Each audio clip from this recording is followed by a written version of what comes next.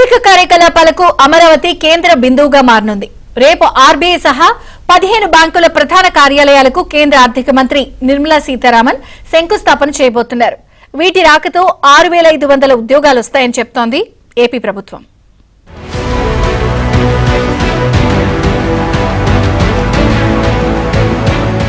AP రాజధాని అమరావతికి reserve bank సహా 15 జాతీయ బ్యాంకులు, ఆర్థిక సంస్థలు రానున్నాయి. ఆయా సంస్థల మెయిన్, జోనల్ కార్యాలయాల నిర్మాణానికి సిఆర్టీఏ ప్రధాన కార్యాలయం దగ్గర శుక్రవారం శంకుస్థాపన చేయనున్నారు. కేంద్ర ఆర్థిక మంత్రి నిర్మలా సీతారామన్ చేతుల మీదుగా భూమి పూజ జరగనుంది.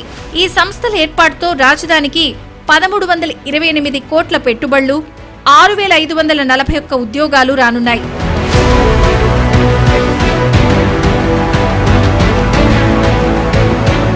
అమరావతిలో జాతీయ బ్యాంకులు, ఆర్థిక సంస్థల ఏర్పాటుకు 2014-19 మధ్య రాయపూడి, ఐనవోలు, ఉద్దండరాయనిపాలెం, వెలగపూడి, నేలపాడు, లింగాయలపాలెంలో భూములు కేటాయించారు.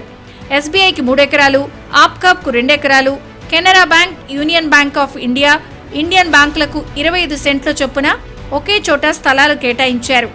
1,00,000 చదరపు గజాల విస్తీర్ణంలో 14 అంతస్తులుగా ఎస్బీఐ ప్రధాన కార్యాలయాన్ని నిర్మించబోతున్నారు. అయితే వైసీపీ ప్రభుత్వ హయాంలో వీటి నిర్మాణంలో తీవ్ర జాప్యం జరిగింది.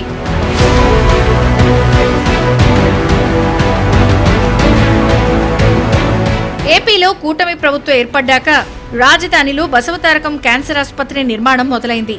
వరుణ్ గ్రూప్ ఆధ్వర్యంలో స్టార్ హోటల్, కన్వెన్షన్ సెంటర్లకు కూడా శంకుస్థాపన జరిగింది.